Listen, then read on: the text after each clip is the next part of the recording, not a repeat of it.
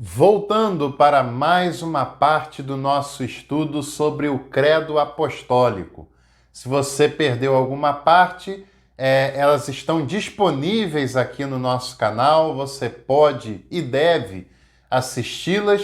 E hoje a gente vai continuar de onde paramos na aula passada. Cheguei a falar sobre o artigo 2º da Cristologia, em que Jesus ressuscitou ao terceiro dia. Depois o artigo continua dizendo que ao ressuscitar ele subiu ao céu e ele está sentado à direita de Deus Pai Todo-Poderoso. Mais uma afirmação de que Deus é Pai, mais uma afirmação de que esse Deus Pai é todo-poderoso. Mais uma vez você vai percebendo que aos poucos Jesus vai sendo identificado com o Pantocrator e vai se distanciando do Jesus de Nazaré que os evangelhos nos trazem, que os evangelhos nos revelam, e também vai essa parte do credo deixando claro que a história de Jesus ela prossegue eternamente depois da sua condenação, do seu sofrimento, da sua morte. Ele ressurge, sobe aos céus e continua lá presente e ativo diante de Deus Pai.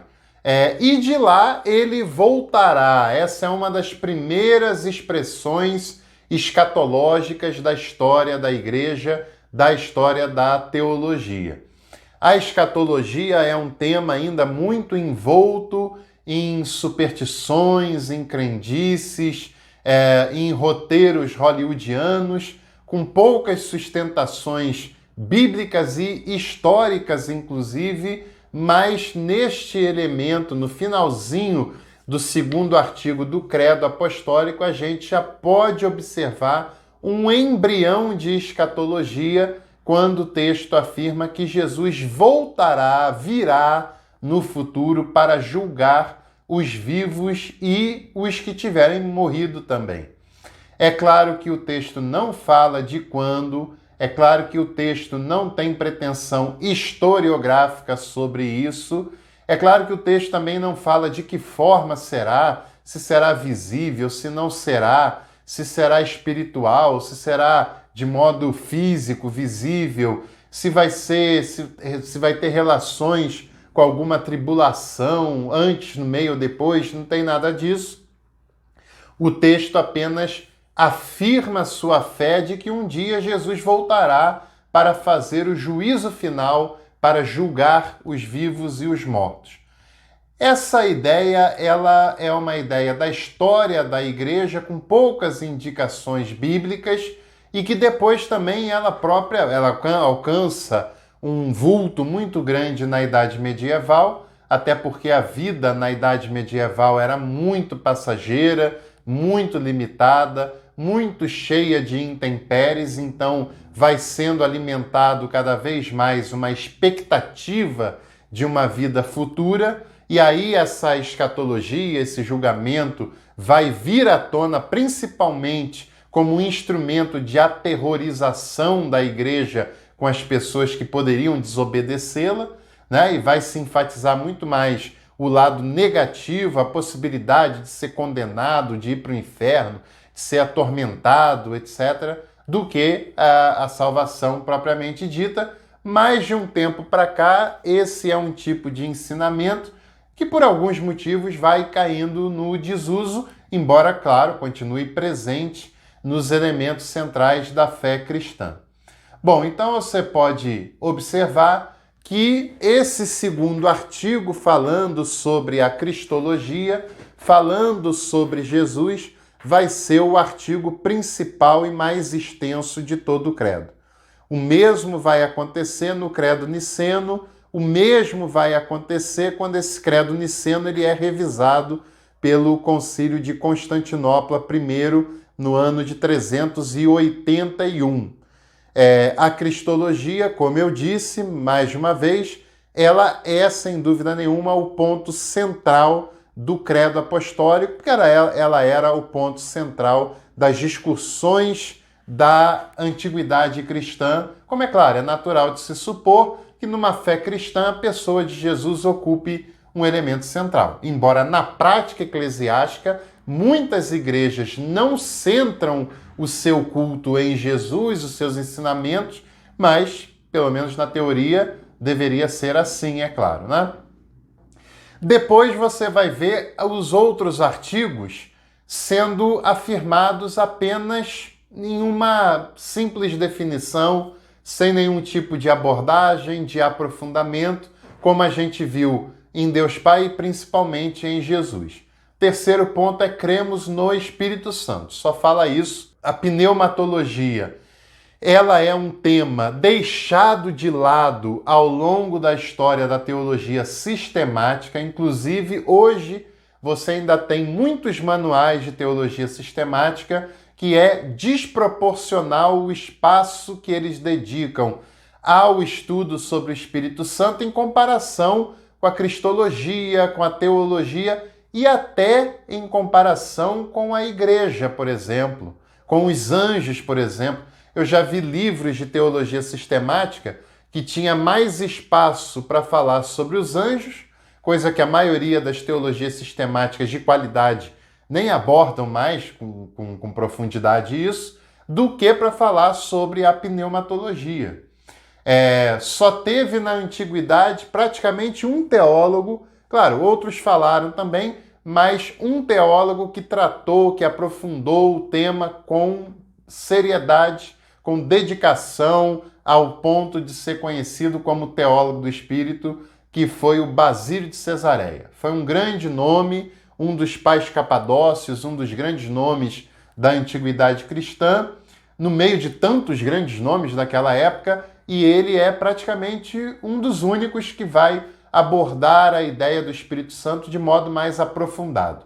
Na teologia contemporânea, vale a pena destacar a obra de Jürgen Moltmann, está até aparecendo por aqui assim, essa daqui, que é A Igreja no Poder do Espírito, que é uma obra eclesiológica, mas também e principalmente uma obra pneumatológica. Essa obra foi uma referência no século XX e a partir dela mostrou-se a necessidade de que os trabalhos de teologia sistemática aprofundassem o tema do Espírito Santo, que ainda era, e ainda é, né, apesar de ter corrigido muito disso a partir da obra do Moltmann, mas ainda é menos falado, bem menos falado, do que a cristologia, por exemplo, e às vezes até sobre outros assuntos da teologia sistemática. Depois a igreja vai falar sobre a igreja, que ela crê na Santa Igreja Católica. Católico no sentido de universal, da igreja que está representada em todo o mundo, que tem uma fé que circula em todo o mundo, apesar das diferenças localizadas de cada comunidade. Veja que o credo apostólico ainda dá mais ênfase à santidade da igreja do que ao próprio Espírito Santo, que apenas usa essas duas palavras, seu nome, Espírito Santo, nada mais. E crê na comunhão dos santos, na comunhão entre as pessoas que creem, entre as pessoas que abraçam a fé em Jesus, a igreja como a reunião dos santos e santos como sinônimo das pessoas que creem em Jesus e, portanto, fazem a igreja. Depois o texto também vai afirmar a sua fé na remissão dos pecados, isso é, assumir que a humanidade é pecadora, que a humanidade pecou diante de Deus, que o ser humano precisa de redenção, precisa de remissão, precisa ter os seus pecados perdoados e ela não tem condições em si mesma de solucionar isso e, portanto, é uma afirmação da igreja de confiar na graça de Jesus, que é a redenção dos pecados da humanidade, da construção de uma nova vida. A igreja também afirma sua fé na ressurreição da carne, e esse tema é um tema importante. Eu falei sobre as influências do dualismo que separava a alma do corpo, lá no segundo ou terceiro vídeo dessa série, e aqui a igreja faz uma fala que vai na contramão daquele dualismo grego, né? E ela tem uma frase integradora nesse penúltimo artigo, que é a sua crença na ressurreição da carne. Ela não acredita que apenas a alma será salva, que apenas a alma estará diante de Deus, que apenas a alma entrará na vida eterna, mas a igreja, desde o credo apostólico, antes dos concílios, antes até das definições do cânon do Novo Testamento, a igreja afirma a sua fé de que o ser humano, com tudo que lhe diz respeito, será ressuscitado, inclusive a sua materialidade, inclusive o seu corpo, inclusive a sua carnalidade, será ressuscitada numa oportunidade escatológica. Essa definição é uma definição muitíssimo importante, porque ela foge dessas definições escatológicas dualistas, que entende que apenas a alma tem relação com Deus, será salva, vai para a vida eterna, e a igreja afirma a sua crença na ressurreição da carne, ou seja, o ser humano ressuscitará na sua integralidade, na sua concretude, na sua totalidade do ser. É claro que não era aprofundado isso porque a ocasião não permitia, mas é uma afirmação muito importante que está presente no credo apostólico. E, por fim, ao ressuscitar essa carne, a igreja afirma a sua crença, a sua fé na vida eterna, de que a vida ela não termina com a nossa morte terrena.